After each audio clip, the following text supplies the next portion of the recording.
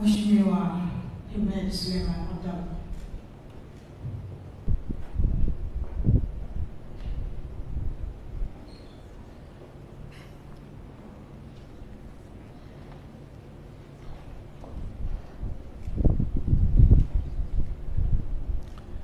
Mimi Hemed Suleiman Abdallah naapa kwamba nitakuwa mwaminifu kwa Zanzibar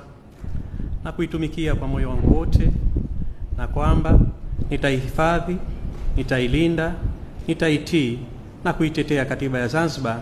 na watu wake kwa mujibu wa sheria iliyowekwa, na kuomba Mwenyezi Mungu unisaidie. Mimi Hemed Suleiman Abdallah naapa kwamba nitaitumikia vyema kwa moyo thabiti Serikali ya Mapinduzi ya Zanzibar katika utekelezaji wa kazi zangu za ujumbe wa Baraza la Mapinduzi, na kwamba wakati wote nitamshauri kwa hekima na uaminifu mwenyekiti wa Baraza la Mapinduzi,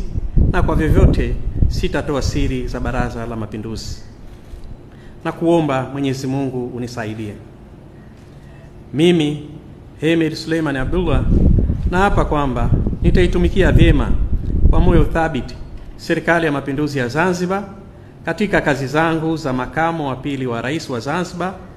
na kwamba wakati wote nitamshauri kwa hekima na uaminifu rais wa Zanzibar na mwenyekiti wa Baraza la Mapinduzi,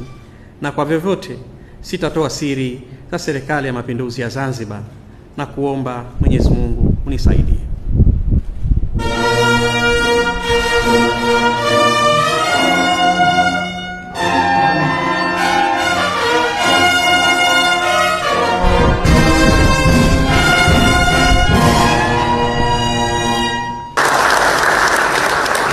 Serikali yetu kama kawaida